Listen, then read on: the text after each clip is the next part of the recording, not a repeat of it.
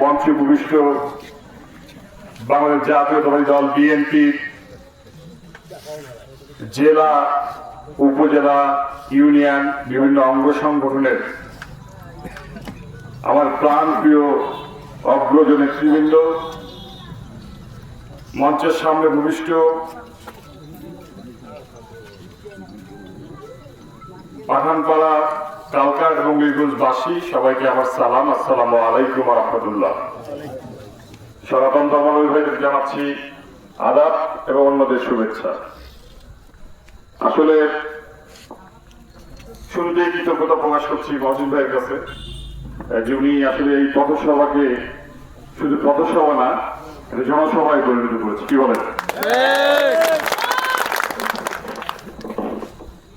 আর যেহেতু আমার নানার বাড়ি এখানে, আমার মামাদেরকেও কিন্তু আমি আসলে আজকে বলি নাই যে আসলে এখানে পথসভা আছে। এখানে আসলে আপনারা যে আমার আব্বার ভালোবাসায়, জামাল শহীদ হিসেবে ভালোবাসায়, যে তখন থেকে শুরু করে নাইকের সমস্যা সব কিছু উপেক্ষা করে আপনারা চেয়ারে বসে আছেন। এই যে বয়োজ্যেষ্ঠ বয়োবৃদ্ধ মুরব্বীরা আপনারা মনোযোগ দিয়ে কথা শুনছেন। এটা কোনো গান বাজনা এখানে হয় নাই, এখানে কোনো বিনোদন হয় নাই। এখানে সবাই কিন্তু যে লোকটির কথা বলেছে, হয়তো এই লোকটার কারণে আমরা সবাই বসে এখানে তার কথাটা শুনেছি। কি বলেন? আমার মতো একজন মানুষ, আমার কি গুণ আছে? আমার মধ্যে কিছুই নাই। হ্যাঁ, এনারা সবাই এত গুণী ব্যক্তিরা, এনারা সবাই কালকে আমি পরশুদিন ধর্ম বলে বলেছি, এনারা সবাই আমার সাথে আসতেছে, এতক্ষণ সময় নিচ্ছে, কি কারণ? আমার কোনো গুণ আছে? নাই। এক হচ্ছে আমি জনাব আলহাজ শহীদ হিসেবে পক্ষে আসছি, হ্যাঁ, তার যে কর্মকাণ্ড সেটা, এবং আমি মুখ দিয়ে যে কথাটা বলতেছি হয়তো যৌক্তিক কিছু বলতেছি এবং ধারে শীষের পক্ষের কথা বলতেছি, ন্যায়ের কথা বলতেছি, বাস্তবের কথা বলছি। এই কারণে আমি যদি উল্টা পাল্টা কথা বলতে পারি আমার সাথে আসতো না। কোথায় না, একমাত্র ডাবুয়াবাড়ি, বালাগ্রাম, বুলমুন্ডা, ধর্মপাল, শিগুরবাড়ি সবাই আসছে। তারা প্রাণে টানে এসেছে, তারা আপনাদের ভালোবাসায় এসেছে এবং আপনাদের জন্য যাতে আগামীতে আমরা একজন ভালো নির্বাচিত প্রতিনিধি তৈরি করতে পারি সেই জন্য আসছে। আমি এখানে আলহাজ শহীদ সাহেবের পক্ষে ভোট চেয়ে আসি নাই, আমি ভোট আমি চাবো না। আমার আব্বা 2বার উপজেলা নির্বাচন করেছে, আমি কালকাতে পাঠানপাড়ায় কোনদিন ভোট চাইছি আপনি বলতে পারবেন? আমি কিন্তু কোনদিন ভোট চাইনি। এখানে আসছি, আপনার সাথে কথা বলছি, হ্যাঁ, নির্বাচন যারা করতেছিল তাদেরকে মনিটরিং করছি, কিন্তু আমি আপনাদের কাছে কোনদিন ভোট চাই নাই। সবচেয়ে বড় বিষয় হচ্ছে যে আজকে কিন্তু যদি ভাগনা হিসেবে বলেন, আপনার নাতি হিসেবে বলেন, বা জনঢাকার একজন মানুষ হিসেবে বলেন, যদি আপনাদের কাছে কোনো দাবি রাখি, আমার কি কোনো আবদার করা যাবে আপনাদের কাছে? রাখবেন আপনারা? আমি আলহাজ শহীদ সাহেবের পক্ষে এখানে ভোট চাইতে আসি নাই। এরপরে নির্বাচনের তফসিল ঘোষণা হইলেও আমি আসবো না, কিন্তু আপনাদের কাছে আমার একটা দাবি আছে। আপনারা যদি কথা রাখেন তাহলে আমি দাবিটা বলবো না, বলবো না। আপনারা যদি চান যে আপনাদের জামাই, আপনাদের উপজেলা সাবেক উপজেলা চেয়ারম্যান, আপনাদের দুলাভাই এলাকার উন্নয়নের স্বার্থে, জনঢাকার উন্নয়নের স্বার্থে যদি তাকে এমপি নির্বাচিত করতে হয়, তাহলে আপনাদের সবাইকে তার জন্য ভোট করতে হবে। বলেন, ভোট করবেন কিনা বলেন? আপনারা আল্লাহ চৌধুরী সাহেবের ভোট করবেন কিনা আপনারা বলেন?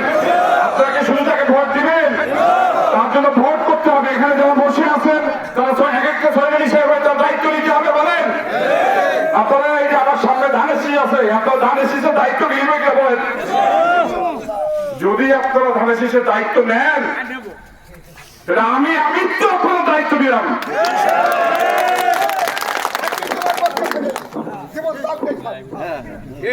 এখানে আমার পূর্ববর্তী বক্তারা যারা বলেছেন, এখানে আমার পূর্ববর্তী বক্তারা যারা কথা বলে গেছেন, তারা কি কেউ কি মিথ্যা কথা বলছে? বলেন, খুব পাড়ায় বলছে। আপনারা বলেন তো যে আপনাদের এই মিরগঞ্জ ইউনিয়নের এই পাঠানপাড়া কালকাতের কোন গ্রামটা আছে যেখানে আমি বা আমার আব্বার পা যায় নাই, আমি যাই নাই, আমার একটা গ্রামের নাম বলেন।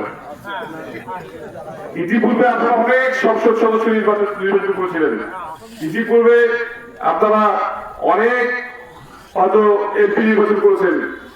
তারা কি কেউ আপনাদের গ্রামে গেছে? গ্রামের রাস্তাগুলো কেমন দেখছে ভোটের সময়? সভা শুক্রবার হোক, শনিবার হোক, জোহরের সময় হোক, আসরের সময় হোক, এসব পরে হোক, রাত্রেবেলা হোক, এমন বড় অনুষ্ঠান আছে যে আপনারা দাওয়াত দিচ্ছেন, টেলিফোন করছেন, দাওয়াত দিতে যাইতে পারেন নাই, আমরা আব্বা আসে নাই, আমি আসি নাই, বাবার বড় লোক পারে আছে কিনা বলেন আপনারা।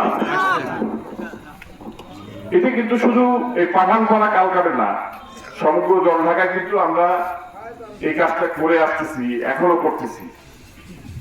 আমি যারা যুব সমাজ এখানে আছে তাদের কাছে আমার দাবি যে আমাদের এই জলঢাকা কিন্তু অনেক অবহেলিত। এই 54 বছরে জলঢাকার কিন্তু কোনো উন্নয়ন হয় নাই।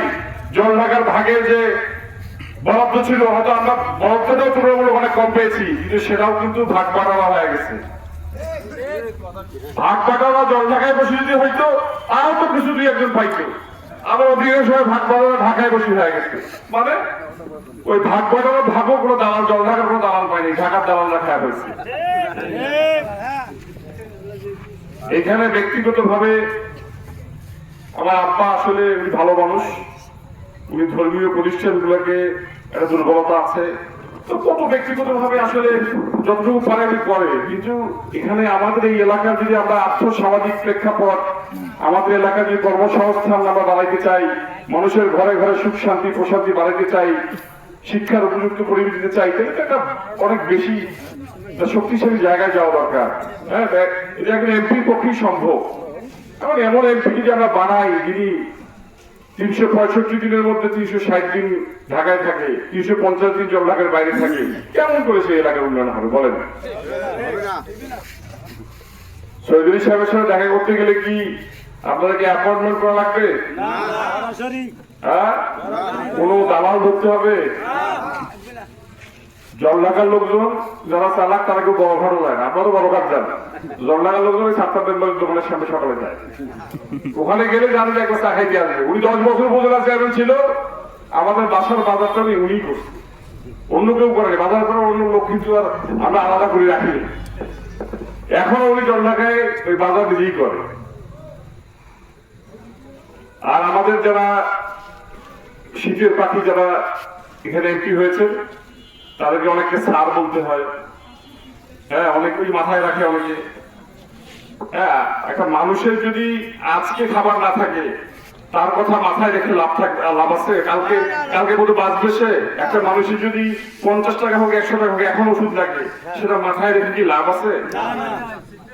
আপনাদের পাশে যারা সুখে দুঃখে বিপদে আপদে হ্যাঁ পাশে থাকতে পারবে না, এরকম প্রতিনিধিকে আর আপনারা নির্বাচন করবেন? আপনাদের ভোটের কি কোনো দাম নাই? এমন একজন নির্বাচিত প্রতিনিধি আমরা করব যিনি আপনার আমাদের ভোটের যে আমানত সে আমানত রক্ষা করতে পারে। তাহলে আমি আবার দায়িত্ব নিয়ে বলতেছি, এই যে সকল কথা আলোচনা করলাম, আমার আব্বা না, ধানের শীষের প্রার্থী না, যদি আলাদ চৌধুরী সাহেবের থেকে যোগ্য কোনো ব্যক্তি এখানে নির্বাচনে অংশগ্রহণ করে, আল্লাহর রাস্তে বললাম আপনারা তাকে ভোট দিবেন। আর যদি যে সকল প্রার্থী এখানে নির্বাচন করবে তাদের মধ্যে যদি যোগ্য প্রার্থী বা আমরা যেগুলো এই মুরব্বী লোকজন যেটা আলোচনা করবো সেই এবং পুরোপুরি আলোচনা বিষয়ের মধ্যে থাকে, তাহলে আপনাদের কাছে কি আমাকে ভোট চাইতে হবে বলেন? আপনারা তার ভোট করবেন। আপনার 2 হাত তুলে আমার সাথে এই কথা করেন, আমি বক্তব্য দীর্ঘায়িত করবো না, অনেক করে। আপনার কথা দিলেন, আপনার কথা দিলেন, আপনার ধানের শীষের কথা দিলেন, ধানের শীষে একজন মুরব্বী আমার কাছ থেকে আপনারা নেন, কেনে গেলে নেন। আপনারা আসেন, আমি ধানের শীষের দায়িত্ব না তৈরি হয়ে গেছে।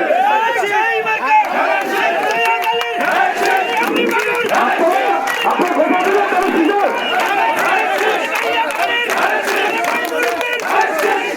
আমি একটা বলছি। আচ্ছা,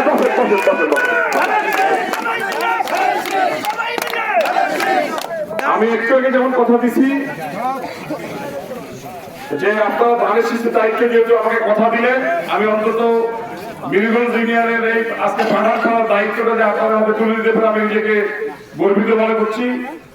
এবং আমি তো একটু আগেই বলছি, আমি না আমার পরিবারে যারাই থাক না কেন এই সিলসিলা থাকবে, আপনারা আমি একটু আপনাদের যে কোনো সুযোগ সুবিধা বিপদে আপনারা আপনাদের পাশে থাকবে। এবং নির্বাচনে জয় করে আছে মানুষ তো আমরা, আল্লাহ চৌধুরী সাহেব যদি আল্লাহ তাকে নির্বাচিত করে সে সংসদ সদস্য হবে, যদি সে নির্বাচিত নাও হয় তারপরে আপনাদের উপর আমার কোনো দুঃখ থাকবে না। আপনারা যে ভালোবাসা আজকে দিচ্ছেন এবং যে স্বতঃস্ফূর্ততা দেখাইছেন, সম্পর্ক আগে যেরকম ছিল এখন যেরকম আছে ভবিষ্যতে ওরকমই থাকবে, একটুও সম্পর্কের কোনো 19-20 হবে না। আমি আসলে অবাক হয়ে যাচ্ছি যে এই যে আপনারা সবাই বসে থাকলেন এতক্ষণ, আপনারা কে উঠলেন না? এই ঋণ এটা কিভাবে শোধ করবো? দায়িত্ব পেয়ে গেল, আমার দায়িত্ব বেড়ে গেল না? আমরা তো সবাই মানুষ, আমার তো বিবেক আছে। আমি তো একাই দুইজনের খাওয়া খাইতে পারবো না, একটা মানুষ একা দুইটা গাড়িতে উঠতে পারবো না, একটা মানুষ একসাথে দুইটা বাড়ি থাকতে পারবো না। কিন্তু আমাদের কতিপয় লোকের আসলে এত চাহিদা, তারা কি বুঝে আমি জানি না, যখন ক্ষমতায় যায়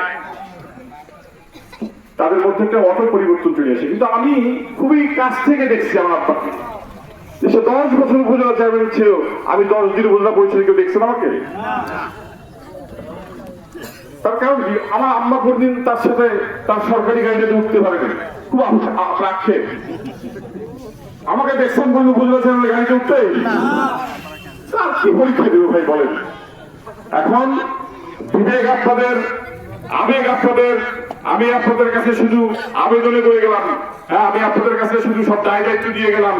আগামী ত্রয়োদশ জাতীয় সংসদ নির্বাচনে আপনারা আপনাদের এই সাবেক উপজেলা চেয়ারম্যান, আপনাদের ভগ্নিপতি, আপনাদের জামাই, আপনাদের ভাই, তার দায়িত্ব আপনারা যে দিলেন, আমি আজকে খুব শান্তিতে অন্তরাতে ঘুমাইতে পারবো, যেটা আজকে বীরগঞ্জ থেকে কথা। পরিশেষে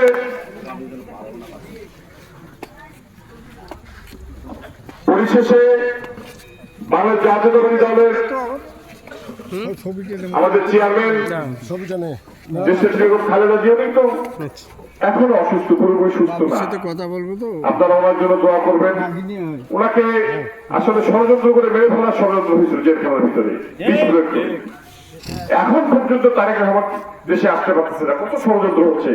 আপনারা কিন্তু আগামী নির্বাচনটাকে খুব সহজভাবে নিয়েন না। এখানে এই যে কমলদা বলেছে, আমার অনেকে বলেছে যে আপনারা ভোট দিবেন, ভোট দিয়া চলে আসিয়ে তা বুঝছেন না, থাকিয়ে গণনা করে রেজাল্ট দিয়ে তারপরে আপনার বাড়িতে আসবেন, শেষ পর্যন্ত ষড়যন্ত্র হইতে পারে। এটা কিন্তু মাথায় রাখবেন আপনারা, এখানে সব রকম ষড়যন্ত্র হচ্ছে। এখানে আরাফাত যেমন প্রভু আমাদের জিয়া রহমান সাহেব আরেক ছেলে, তাকেও কিন্তু ষড়যন্ত্র করে হত্যা করা হয়েছে। তো পরিশেষে আমি তারুণ্যের অহংকার যারা তারেক রহমানকে বাংলাদেশে তাড়াতাড়ি আসতে পারে এরপরে পরিবেশ তৈরি করার জন্য সরকারের প্রতি আহ্বান রাখছি। আপনারা তার জন্য দোয়া করবেন। আমাদের উত্তরবঙ্গের কৃষি সন্তান ইঞ্জিনিয়ার শাহেদ তুইন ভাই, উনি দেশে এসেছেন, দেশে এসে উনিও কারাবরণ করেছেন সম্পূর্ণ মিথ্যা মামলায়। উনি নির্বাচন করবেন, আপনারা ওনার জন্য দোয়া করবেন, উনি যেন আমাদেরকে সঠিক নেতৃত্ব দিতে পারে। এবং নীলফামারীতে জেলা বিএনপির নতুন নেতৃত্ব এসেছে, এখানে মীর সেলিম ফারুক উনি আহ্বান হয়েছেন, আমাদের সাইফুলের সদস্য সচিব, উনিও ভোট করবেন, আমার জন্য দোয়া করবেন। এবং সর্বোপরি আপনারা আমার আব্বার জন্য দোয়া করবেন, আমার জন্য দোয়া করবেন এবং মহসিন ভাইয়ের জন্য দোয়া করবেন। এখানে যারা মহসিন ভাইয়ের সাথে প্রত্যক্ষভাবে যারা এই আয়োজনের সাথে জড়িত ছিল তাদের জন্য দোয়া করবেন। পরিশেষে আপনাদের প্রতি আরেকবার কৃতজ্ঞতা প্রকাশ করে আমি আমার বক্তব্য শেষ করছি। আসসালামু আলাইকুম ওয়া রাহমাতুল্লাহ। ধন্যবাদ সবাইকে।